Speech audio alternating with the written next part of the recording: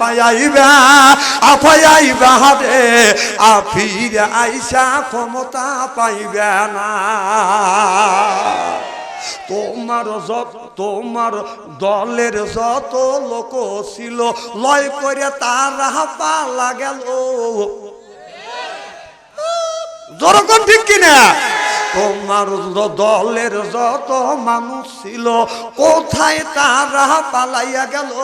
তুমি রইলে মামুর দেশেতে আইবা তুমি আইবা রে আইসা দেশে ক্ষমতা পাইবে না। তোমার দলের লোক কুনি যত ছিল ডুব দিয়া সবাই পালাইয়া গেল। তোমার দলের লোক ছিল কোথায় তারা পালাইয়া গেল। তুমি রইলে মামুর দেশেতে বুবু আইবা রে আইসা তুমি ক্ষমতা পাইবে না। সিল্লেকন ঠিক কিনে আমাদের দেশে আছে বেটা সুদে লাগায় সুদে খায় মসজিদের আগের কাতারে দাঁড়ায়। কথা কয় না তুই সুদে খাস তুই আগের কাতারে যাবি কে? তুই নামাজ নষ্ট করে ছাড়তি তুই পিছনে যা। আপনি কেমন বলতেছি আপনি তো পেটন খান ওটা কই কয়ে আমরা বেতন খাই হুজুরও বেতন খা মরুক নাকি। কারণ 16টা বছর আমরা ওয়াজ করতে পারি নাই জানেন কয় বছর 16টা বছর ওয়াজ করতে পারি নাই। স্টেজে ওঠার সাথে সাথে বলছে আমি কিন্তু আওয়ামী লীগের সভাপতি। কোরআনের আয়াত যদি সরকারের বিপক্ষে যায় আমাদের বিপক্ষে যায় ঠ্যাং কেটে হাতে তুলে দেবো। তখন ঠ্যাং কেটে হাতে তুলে দিতে চাইছে। এখন সোনামানিককে তোমরা কোথায়? হ্যাঁ এখন বলেছে ওকে না তোমাদেরকে কেউ দাওয়াইছে বই বলেছে না না বিগত তো আরো তো সরকার ছিল। সরকার তো পরিবর্তন হয়েছে না। নেতাও বলা নেই নেত্রীও বলা নাই কর্মীরাও বলা নাই। আর তোমরা এমন কাম করছে তোর নেত্রীও বলাইছে তোরাও কথা কর না খে।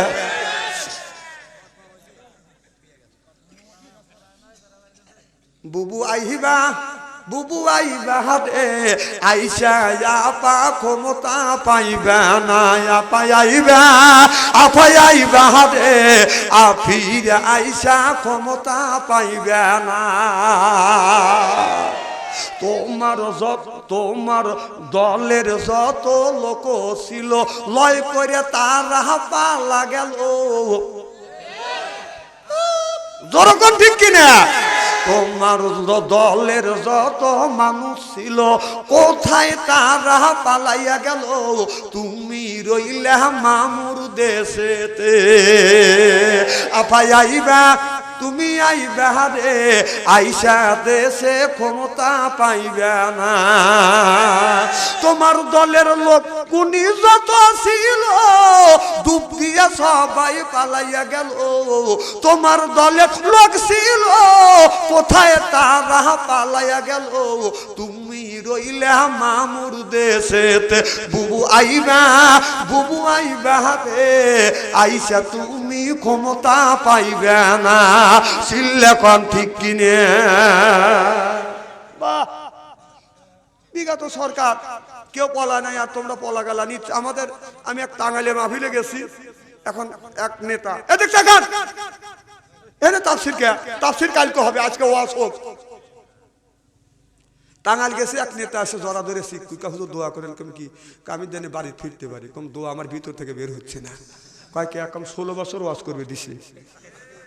হ্যাঁ আল্লাহ কোরআনের মধ্যে বলছে ওয়াজালনা লিল মুত্তাকিনা ইমামা। একটা নেককার পরহেজগার ইমাম বানাও সেটা হলো ওয়ার্ডের ইমাম সেটা হলো মেম্বার, ইউনিয়নের ইমাম সেটা হলো চেয়ারম্যান, আপনার থানার ইমাম সেটা হলো এমপি। সেইটা তোমরা বানাবে দাও নাই জোর করে ভোট ছিঁড়ে নিছে কথা কর জোর করে কাজে নিয়ে গেছে।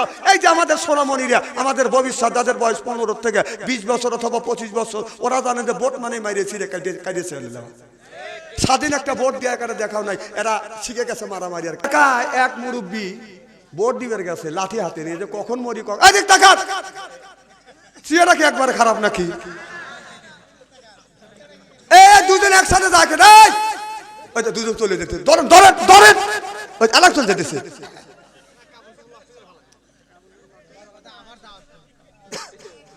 এদিক টাকা দেখান। আমার এলাকার একটা মুরব্বী যাচ্ছে হলো ভোট দেওয়ার জন্য, যা গেছে ভোট কাউন্টারে গেছে, কয় চাচা তোমার ভোট হয়েছে? কয় কও কি বাপু, জীবনের শেষ একটা ভোট দুবার হে ভোট হয়ে গেল। কয় চাচা খালি তোমার ভোট হয় নাই কে? চাষিকে কয়েন চাষির ভোট হয়ে গেছে। কয় কও কি বাপু, তোমার চাষি মা না 6 মাস আগে মরে গেছে, আইসে ভোট দিলে আমার সাথে দেখা করলেন তাকে। এই কয় লোকটা চিকুর শুরু করে দিছি। এখন পুলিশ বাসি ভু করতেছে, এই চাচা কি হয়েছে? চাচা কত করে চিকু, না বাবা এই বিচার তুমি করতে পারবে না। কেন? আমরা আইনের লোক, আমরা বিচার করবার লোকই আইছি, ন্যায় বিচার করবো, আইনের আওতা নিয়ে যাবো। বাবা আসলে শোনো, তোমরাই বিচার করো যে তোমার চাষি 6 মাস আগে মারা গেছে, এসে ভোট দিয়ে গেল, আমার সাথে দেখা করলো না কে? সব পুলিশ লাখে রোমাল লেখালে হইরি হুমার পায় না। আহা, 16টা বছর ভোট দিবে দেয় নাই, জোরাজোরি করছে। এরপরে যেটাই ধরা পড়ে সেটি হলো 3000 কোটি টাকা, 4000 কোটি টাকা, কোটি কোটি টাকা চুরি করছে। ওই টাকা কি তোর বাপের? ওই টাকা কি তোর বাপের? যেটাই ধরা পড়তেছে সেইটাই। দেশটা দেউলিয়া বানাইছে সাবেক প্রধানমন্ত্রী, দেশটা দেউলিয়া বানাইছে সাবেক প্রধানমন্ত্রী। সোনার দেশটা শ্মশান করলো লুইটা পুইটা খাইয়া রে প্রধানমন্ত্রী। কোথায় রইলেন কামরুল ইসলাম, কোথায় কাদের কাকা? কই গেল সে ওই মহিলার স্যাটাং স্যাটাং কথা? কোথায় রইলেন কামরুল ইসলাম, কোথায় কাদের কাকা? কই গেল সে ওই মহিলার স্যাটাং স্যাটাং কথা? দলের মানুষকে বাসাইয়া, দলের মানুষ বাসাইয়া দিল্লি করলে বাসারে প্রধানমন্ত্রী। এই যে 41 সাল পর্যন্ত ক্ষমতায় থাকিবে, নমরুদের মতো দেশটা শাসন করিলে। মনে হয় বাবার দেশ। 41 সাল পর্যন্ত একটা রোড ম্যাপ দিয়ে দিছে, 41 সাল পর্যন্ত ক্ষমতা থাকবে, দুইটা পুইটা খাচ্ছে খালি। আর মানুষে বলছে খেলা হবে, খেলা হবে, না না খেলা হবে বলছে। পাবলিক এই কথা শুনিয়ে তৃতীয় হয়ে গেছে। পাবলিক যখন খেলা করার লেগে যখন রেডি হয়েছে, টাকা দিতে মাঠে পেলোয়ার নেই। আবার সেই পেলোয়ার পলাইছে দাড়ি কাটিয়ে পলাইছে। কথা কর। আচ্ছা, এই যে জামাত বিএনপির উপরে যে সিরিন অভিযান করছে, বেশিরভাগ জামাতে বিএনপির উপরে নির্যাতন কম করে নাই, জামাতে সিরিন অভিযান করছে। এর মানে হলো সিরিন অভিযান বোঝেন তো, মাথায় সিরিনি নিয়ে যেমন করে উকুনটা নেবাই করে। কথা কর। ঠিক জামাত ইসলামকে নিধন করার জন্য, শেষ করার জন্য এইরকম সিরিন অভিযান করছে। আপনারা কি বলতে পারবেন জামাতের একটা নেতা দাড়ি মারি কাটে পলাইছে? আর তোকে ঠেলা জোরেই নেই, খেলা করবেরই যায় নাকি, দাড়ি কেটে চলে গেছে পলান নিছিলে, ধরা বইতে গেলে। তাহলে বোঝা গেল তোদের দাড়ি, তোকার দাড়ি ঠিক আছে, তোকার ও দাড়ি পাতা ছাগলের মুহিও আছে। হ্যাঁ, একটু ঠেলা দেখছে দাড়ি কাটছে, কাউনা নামাজ পড়ি না।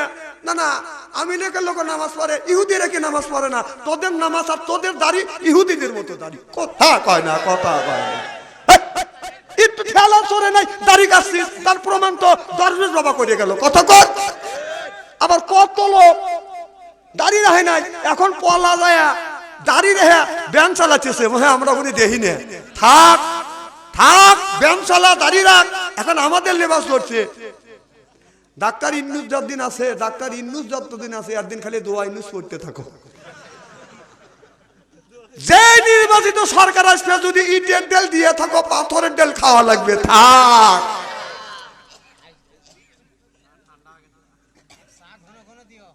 না, আর দেওয়া লাগবে না। বাদ যাবার পারবো না,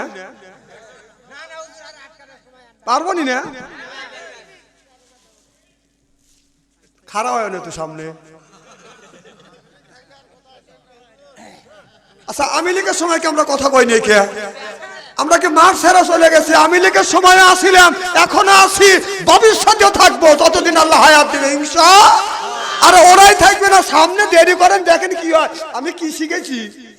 আমি বলতেছি দোয়া ইউজ করতে থাকো। তাদের নির্বাচিত সরকার আসবে কর আসলে, তাদের ইটের ডেল দিছেও না, পাথরের ডেল খাওয়া লাগবে। থাকো। তো হপ পালিয়ে যাচ্ছে। আমার বাইরে, আমার মুসলমান বাইরে, আল্লাহর আপনারা ভালো করে লক্ষ্য করে শুনুন, আমলের নিয়ত বাদান শুনতে হবে। ও বাদান, আল্লাহ নবীর কাছে যখন আল্লাহ কোরআন নাযিল করলেন, আর রহমান আল্লামাল কোরআন খলাকাল ইনসান আল্লামাহুল বায়ান।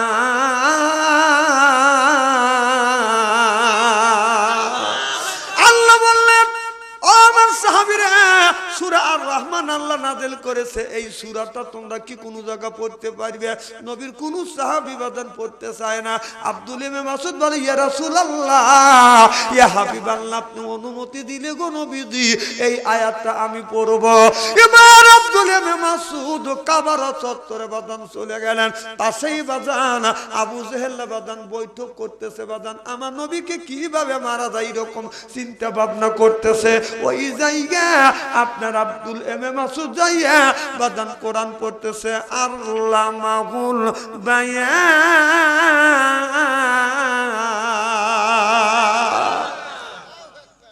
যখন চোখ বন্ধ করে কোরআন তিলাওয়াত করতেছে, আবু জেহেলের ছেলেরা বলতেছে, নেতা সাহেব একটু অনুমতি দেন, দেখেন আমরা এই জায়গা বৈঠক করতেছে আর ওই জায়গা আপনার কোরআন তিলাওয়াত করতেছে, ওকে সাইজ করে আসি। কথা বুঝতেছেন না? আমাদের এলাকায় এক জায়গা বাদান আওয়ামী লীগের বাদান মিটিং হচ্ছে, পাশে হলো মসজিদ। একজন যা বলতে, তো মসজিদে মুখে আজান দিবের পারিস নেই কি? মুখে আজান দিবার পারিস নেই, এখানে আমরা মিটিং করতেছি, মাইক দিয়ে আজান দেওয়া লাগবে। তাহলে আবু জেহেলের সাথে করে কি কম করছে না বেশি করছে? ওদের সমান সমান করছে। কোরআন তিলাওয়াত করছে, বলছে সাইজ করি, আর এখানে আজান দিচ্ছে, যা বলতে চাই মুখ দিয়ে আজান দিবার পারিস নাই। দেখিস না আমাদের আল্লাহর ওলিরা আজান ওয়াজ করতেছে। আজান কোন যতগুলি দল আছে ইসলামী দল ব্যতীত, যতগুলি দল আছে, কোন দলের নেতা কর্মী কোনদিন বলছে যে হ্যাঁ আমার কর্মীরা তোমরা কেউ জানে নামাজ ছেড়ে না? বলো, কেউ বলছে? কারণ জানে নামাজ যদি পড়ে ওদেরকে আর কেউ ভোট দিবে না। কতক্ষণ না কে নামাজ নাই, ওদের ভিতরে নামাজ নাই, ওদের খালি ক্ষমতা। আর ইসলামী দল যারা করে তাদের এক নম্বর কথা হলো যে নামাজ পড়তে হবে। কয় ওয়াক্ত নামাজ তুমি পড়ছো, কয় ওয়াক্ত নামাজ তুমি আপনার একা একা পড়ছো, রিপোর্ট করতে হবে। অত হস্তা না ইসলামী দল করা। কত আওয়ামী লীগের নেতারা ঘুরতেছে দূরবের লেগে, আগে নামাজ পড়, রিপোর্ট লে। বাংলাদেশের মধ্যে যতগুলি দল আছে প্রত্যেকটা দলের গ্রুপ আছে। আপনারা বলেন বাংলাদেশ জামাত ইসলামের কোন গ্রুপ দেখছেন? সত্যি কথা কয় না পাবলিক, কথা কন না কে? শুনছেন ওরা গ্রুপ গ্রুপ মারামারি করছে? হাই রে মানুষ, একটা কথা কয় না, একই কথা কন না কে? সত্য কথা। বাংলাদেশে যতগুলি দল আছে প্রত্যেকটা দলের গ্রুপ আছে, গ্রুপে গ্রুপে মারামারি হয়। কথা কন। বাংলাদেশের জামাত ইসলামের মধ্যে কোন গ্রুপিং দেখছেন? আমি কোরআন হাদিস থেকে যেটা কথা বলতেছে সেইভাবে তারা চলতেছে। কোনদিন দেখছেন বাগাবাগিলে মারামারি করছে? কারণ ওরা নিজের বাপের টাকা দিয়ে রাজনীতি করে। কথা কন। ওদের মধ্যে সাদাবাজি খাওয়া নাই কে, আর এদের মধ্যে খাওয়া আছে, সরকার দিল মারিয়েছে রেখে দিয়ে। কথা কয় না রে। বাংলাদেশের সব দলে দেখেন তাবলীগের ভিতরেও গ্রুপিং হয়ে গেছে, সাত গ্রুপ আর জবাইয়ের গ্রুপ। কথা কন। তাহলে নিশ্চয়ই ওখানে স্বার্থ আছে না? স্বার্থ না থাকলে গ্রুপ হয়? কথা কয় না। আর জামাত ইসলামের মধ্যে স্বার্থ নাই দেখে গ্রুপ হয় নাই, জীবনে হবেও না। জীবনে যদি কোনোদিন আল্লাহ যদি বাংলাদেশে ইসলামী রাষ্ট্র যদি আসে, ইসলামের আইন যদি কায়েম হয়, ইসলামের রাষ্ট্র যদি কায়েম হয়, তাহলে এই বাংলাদেশ সোনার টুকরো হয়ে যাবে, জান্নাতের বাগান হয়ে যাবে। সুবহানাল্লাহ। তো জোরে কও।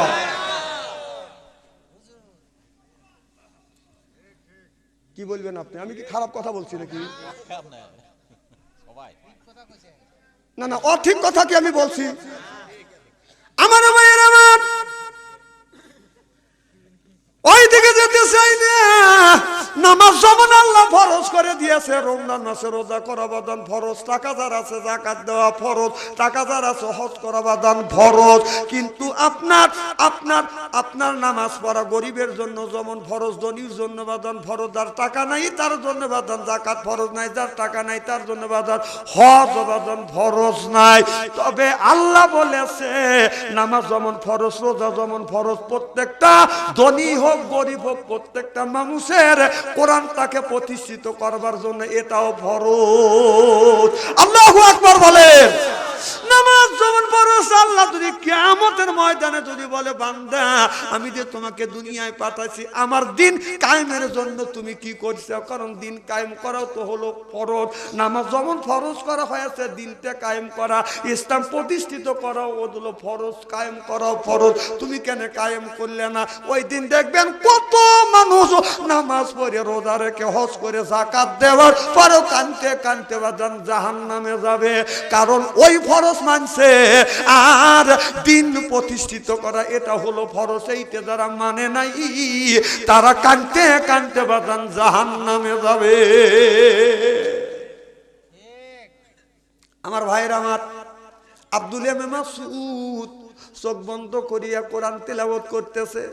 আবু জেহেল বলল দেখো ওর সাথে আমি কি ব্যবহার করি, চামড়ার মুজো হাতে লাগাইয়া আবু জাহেল যাইয়া আব্দুল্লাহ ইবনে মাসউদের কানের উপরে বাদান এমন ধরে বাদান থাপ্পড় মারছে। ও বাদান ডান কানে থাপ্পড় লাগাইছে। ও বাদান সঙ্গে সঙ্গে আব্দুল্লাহ ইবনে মাসউদ চক্কর খাইতে খাইতে বাদান পড়ে গেছে, বাদান অজ্ঞান হয়ে গেছে। জ্ঞান ফিরে উঠে দেখে বাদান আপনার কানে কিছুই শোনে না।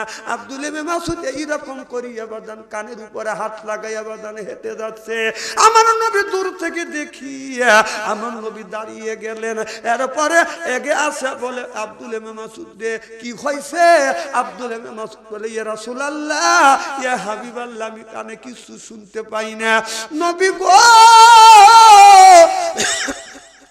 আমি চোখ বন্ধ করিয়া কোরআন পড়তেছিলাম। আব্দুল ইবনে মাসউদ বলতেছে কোরআন পড়তেছিলাম, আবু জেহেল চামড়ার মুজো লাগাই আমারে এমন থাপ্পড় দিছে হুজুর কানের পর্দা ফেটে গেছে, কান থেকে রক্ত বের হচ্ছে। আব্দুল্লাহ ইবনে মাসউদ কান্দে, আমার নবী এসে কান্দে।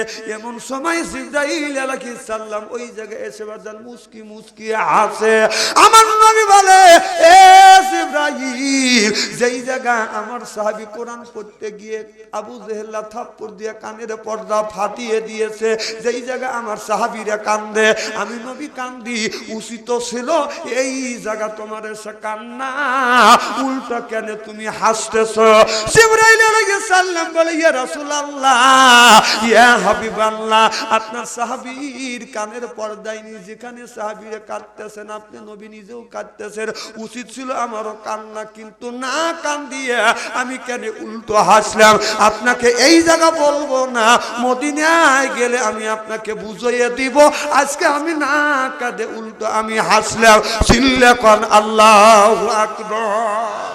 আমার ভাইরা আমার এখন মদিনার দিকে বাদান একটু আস্তে আস্তে যাই। কেন সাহাবী বাদান এই জায়গা বাদান পর্দা ফাটালো?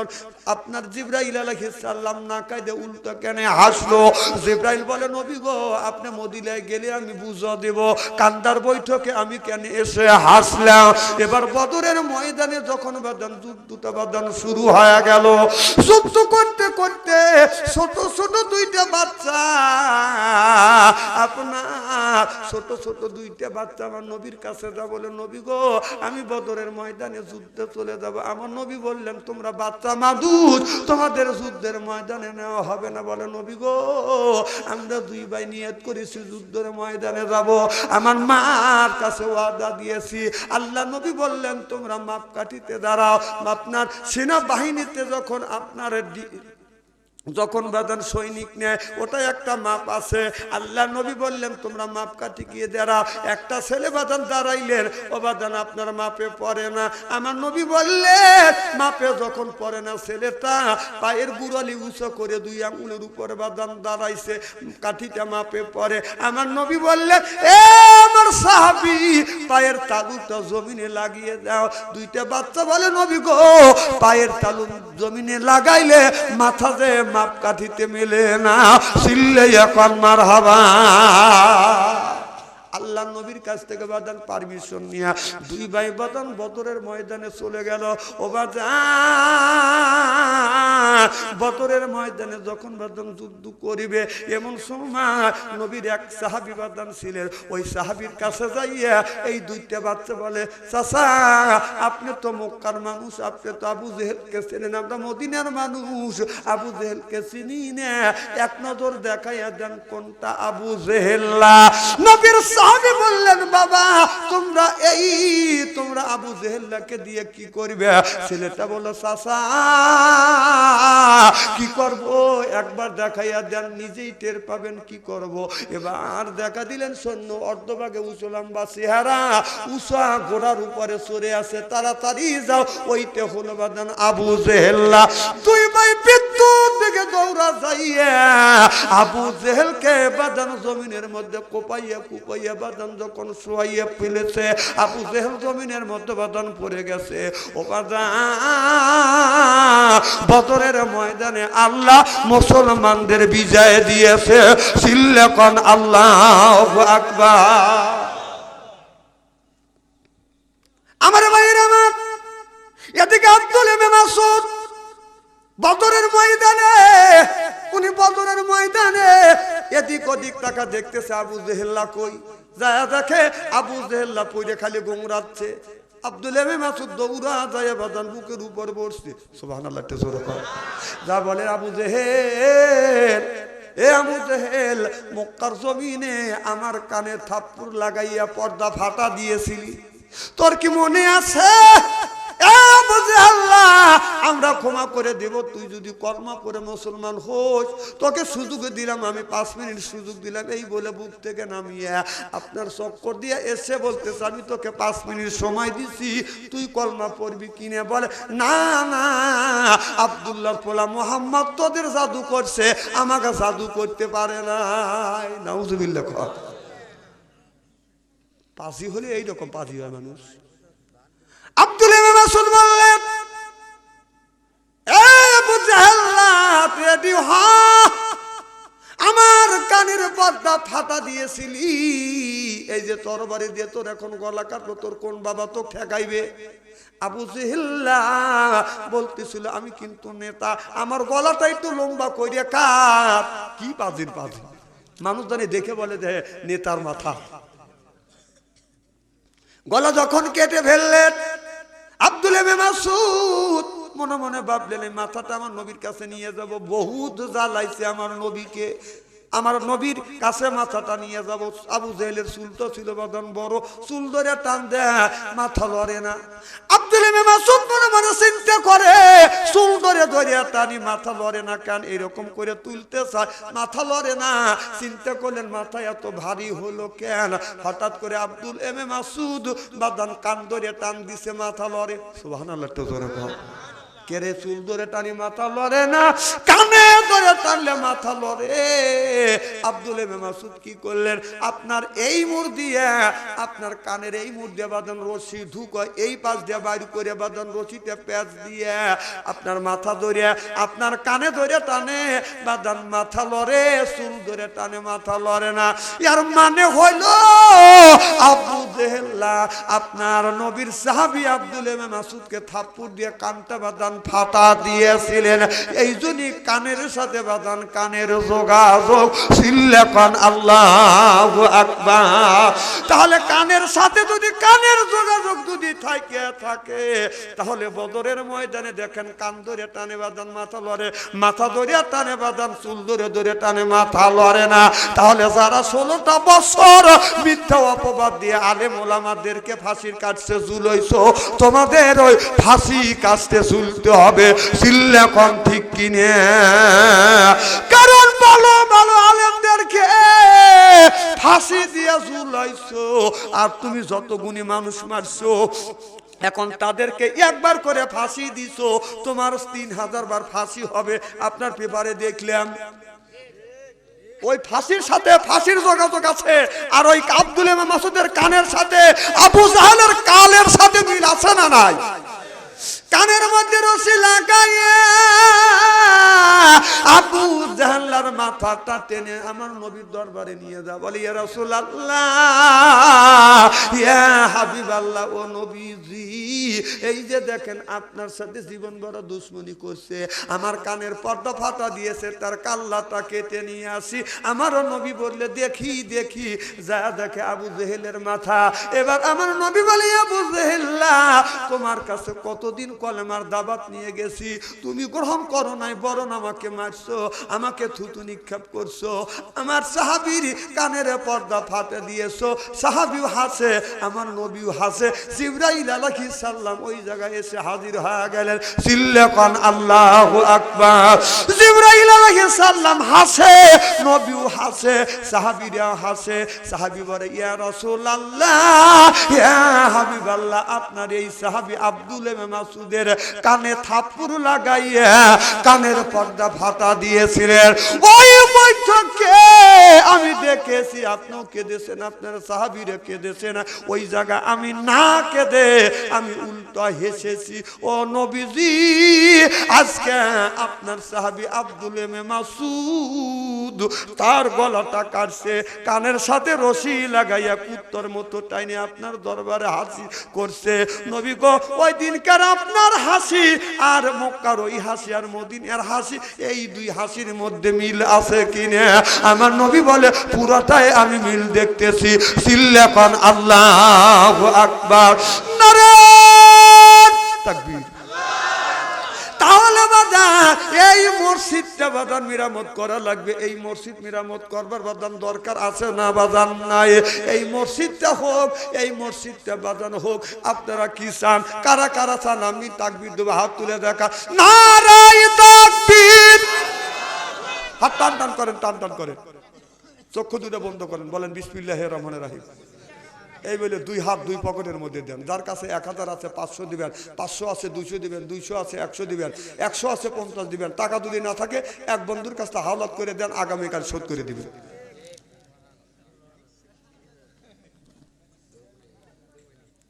আসেন আমার ভাইরা, আপনাদের কাছে বাজান দাবি রইলে, একজন বলে, হুজুর আমার মা নাই, আমার বাবা দুনিয়ায় নাই, মার জন্য 5000 টাকা, বাবার জন্য 5000 টাকা, অথবা 2000 টাকা, 1000 টাকা, 500 টাকা, 100 টাকা হলে বাজান দিয়ে যাবেন। কারণ এই মসজিদ আল্লাহর ঘর মসজিদ। ও বাজান, আপনি যদি দান করেন, মরে গেলেও কিয়ামতের আগ পর্যন্ত সওয়াব পাবেন। আল্লাহ তাহলে পরে আবার দিবেন না। আচ্ছা বসে, কি নাম? নজরুল ইসলাম। আল্লাহ তোমার বান্দা নজরুল ইসলাম 100 টাকা যখন মারহাবা। আল্লাহ নজরুল ইসলাম 1000 টাকা দান করলো। আল্লাহ দান কবুল করো, নজরুল ইসলামের মনের আশা পুরো করো, জীবনের গুনাহ মাফ করো, লক্ষ লক্ষ টাকা বরকত দাও। মা বাবা যারা দুনিয়া থেকে বিদায় হইয়া কবরে, কবরখানা বাগে জান্নাত বানাও। জোরে জোরে কোন আল্লাহুম্মা আমিন। কি নাম? নারে তাকবীর। দানবীর হেলাল ভাই 200 টাকা কর মারহাবা। আল্লাহ হেলাল ভাই 200 টাকা দান করলো, হেলালের দান তুমি কবুল করো। আল্লাহ হেলালের মনের আশা পুরো করো, জীবনের